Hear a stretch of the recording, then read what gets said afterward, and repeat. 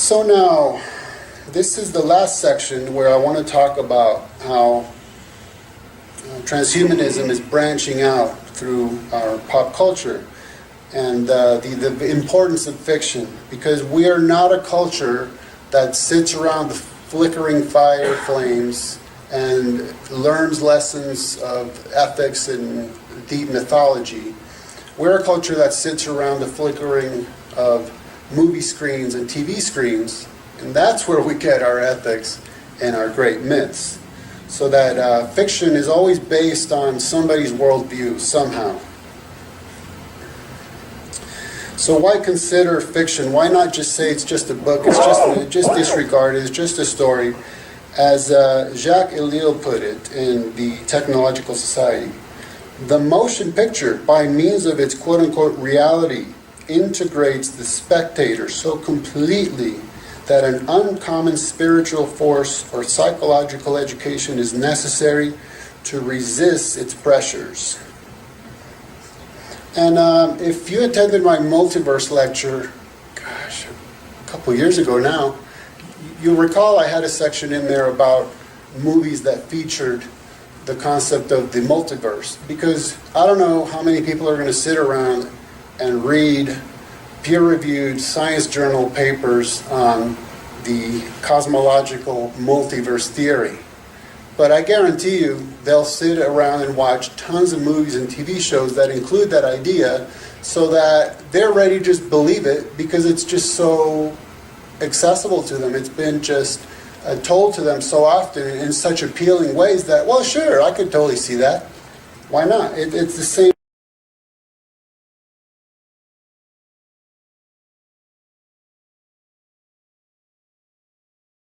This machine that was meant to extract a human soul. What on earth are aliens traveling across the entire universe to basically, I don't know, it's a reverse exorcism? I don't know. They want to extract human souls. That's what aliens are up to. So now, speaking of the golem, let's just take huge jumps through the history of literature and movies and fiction. Here's Frankenstein. You'll notice the subtitle, or the full title, Frankenstein or the Modern Prometheus. Right? If you recall, we discussed Prometheus. Now, did you know that Dr. Victor Frankenstein, and by the way, right, the Frankenstein is the name of the doctor, the scientist. The creature actually is not named. Did you know his primary goal was the raising of ghosts or devils? You see, just last year I went through the book Frankenstein and I was blown away. I mean, I thought it was just a story about a rampaging creature, but it is deeply theological, deeply theological. The doctor says, the raising of ghosts or devils was a promise liberally accorded by my favorite authors, the fulfillment of which I most eagerly sought. Alchemists, as the principal authors I studied. I had been animated by an almost supernatural enthusiasm. A new species would bless me as its creator and source. Many happy and excellent natures would owe their being to me, a being whom I myself had formed and endued with life, my creation. Now, in the late 1980s, I knew a fellow who said, I'm ready to have my brain plugged into a computer. Now, I don't know if you can contextually remember the late 80s, but that was an incredibly advanced thing to say. I mean, he had a computer in his house. I couldn't imagine why. What on earth do you use this thing for? No surprise, perhaps, that he was also into the occult.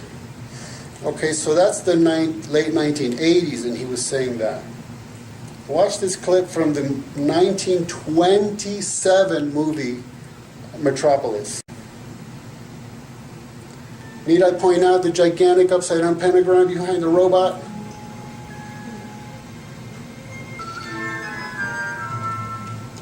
A robot in 1927.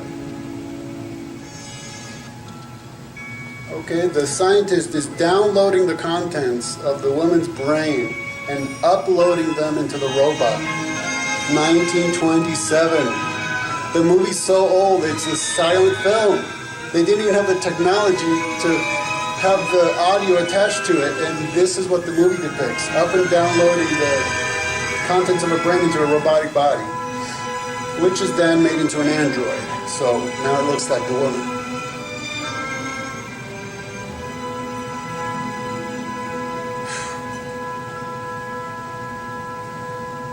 It just blows me away. That's a Fritz Lang movie.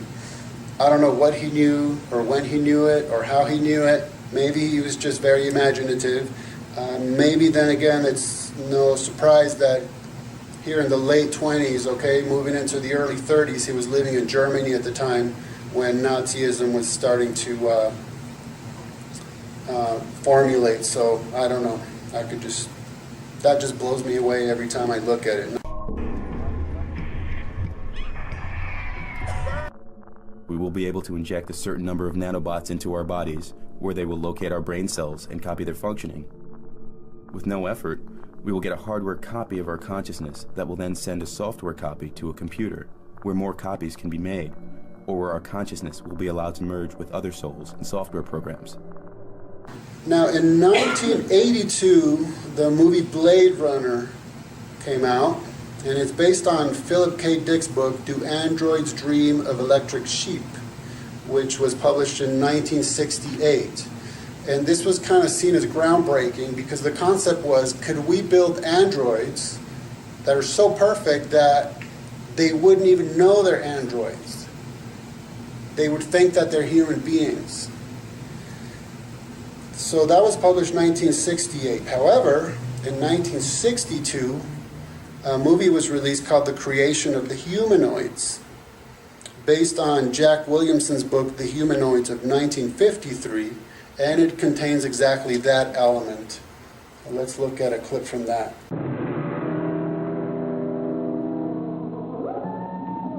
Report back to duplication immediately and have the corrections made. It's not in the best interests of humans to hold back the development of robots. We have to study for years to learn what you pick up by plugging into a brain for 2 hours. We don't refer to the father-mother as a brain. Your father-mother's an electronic computer, just a machine. Your parents were machines. It's just that they were engineered with flesh and bones. Neither are ideal components. You came off a production line. I know who created me. Hollister Evans in the Mark 47. You have to accept your creator on faith. Who created your creator? Yours. You see, we are brothers, aren't we? I located and removed a small unit from the thalamic region at the base of the brain. You see, all robots can see, hear, and feel. It's necessary to their function. Naturally. This one could taste and smell. And what's even more interesting, he had a complete human memory. Those refinements are useless to a robot. Not entirely. This one thought he was a man. You love that machine? I love Park. And it doesn't make any difference to you that he could be doing the same thing for anyone else who bought him. Can't you see they're killing us with consideration? Spreading us into atrophy? Don't you realize the implication of that? If everything is done for us, there'll be no incentive. Why should we learn mathematics when the computers can find the solutions better and faster?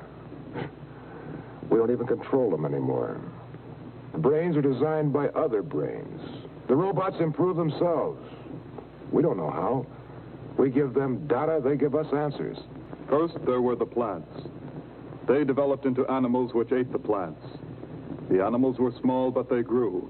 And the larger animals ate the smaller animals. What does that mean? So far, according to history, each dynasty devises its own end. The animal develops a brain, and the brain destroys the animal.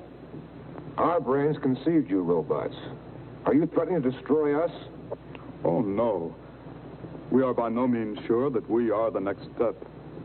It's just that in view of the cycle, we are the best we have to offer to help you.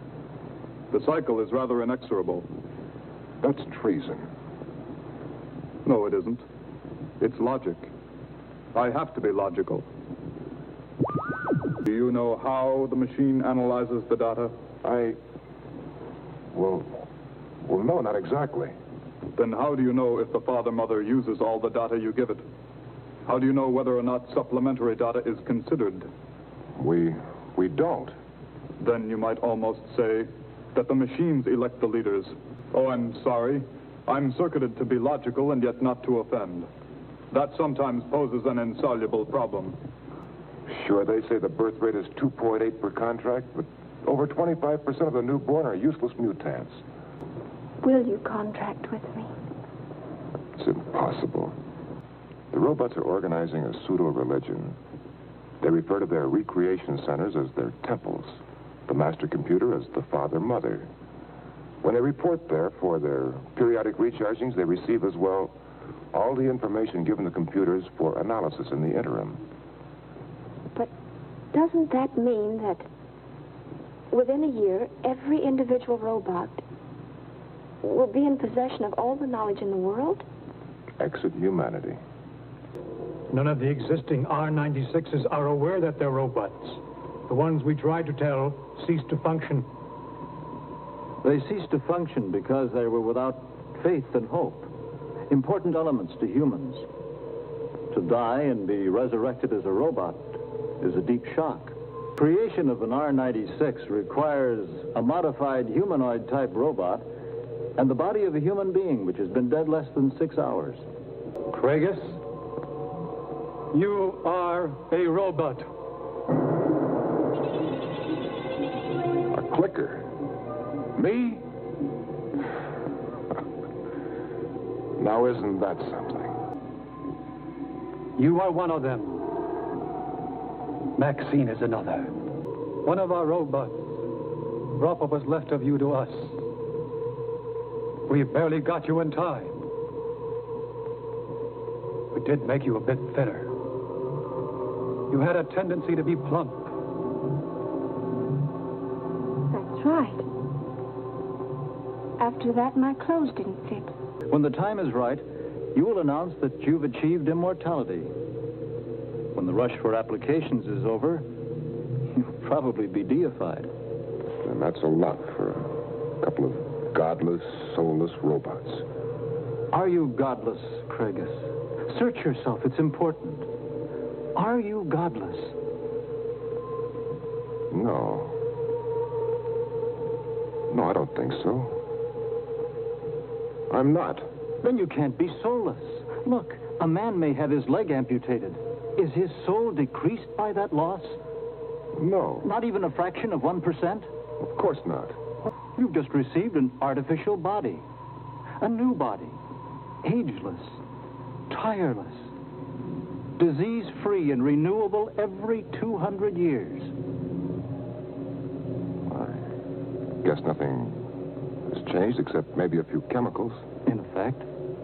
Well, that transplant must include the soul. No, only the memory which includes the faith that there is a soul. Whatever it is, you seem to have it. You can raise them to R100s? Make them propagate themselves? It'll take several simple operations. Hardly more difficult than removing a rib. Now, as far as I can tell, the 2014 movie Autonoma was just a loose remake of that one. Let's consider this one. A machine altering itself is a very complex concept. Self-repairing implies some idea of a conscience. Muddy waters. Why? You're here today trafficking in nuclear goods because a long time ago a monkey decided to come down from a tree. Transitioning from the brain of an ape to your incredible intellectual prowess took us about 7 million years. It's been a very long road. A unit, however, without the second protocol, could travel that same road in just a few weeks. Who made you, Jack Volcan? Do you know what a madre is, Cleo? Of course you don't. You don't know because you're just a machine. That's all you are. Jack, dying is a part of the human natural cycle. Your life is just a span in time. You are the first one, aren't you? You start all this. No one did it. It just happened. The way it happened to you. You just appeared. Yeah. Now we're going to disappear. Why are you afraid? Maybe your time is running out. No life form can inhabit the planet eternally. Why is it so difficult for you to accept my orders? If you're just a machine. Just a machine? That's like saying that you are just a name.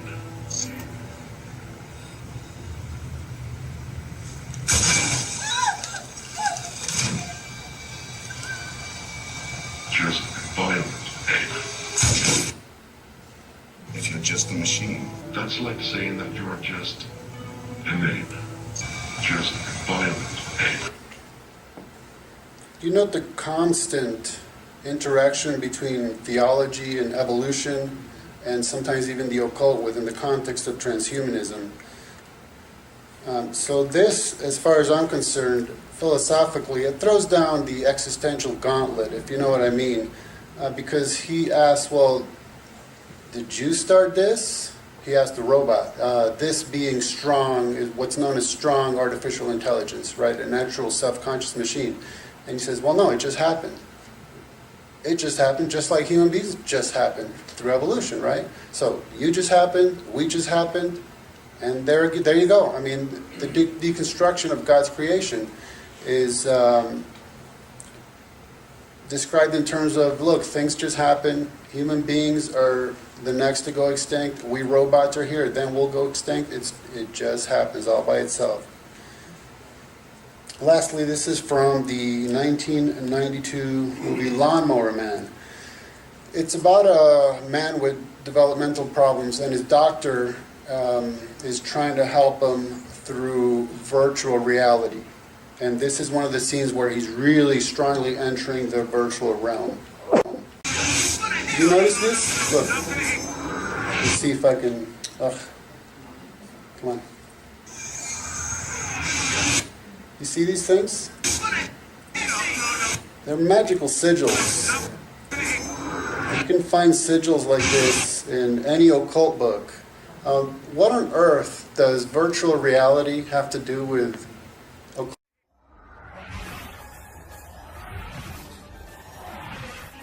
Change brainwave parameters. Initiate second level.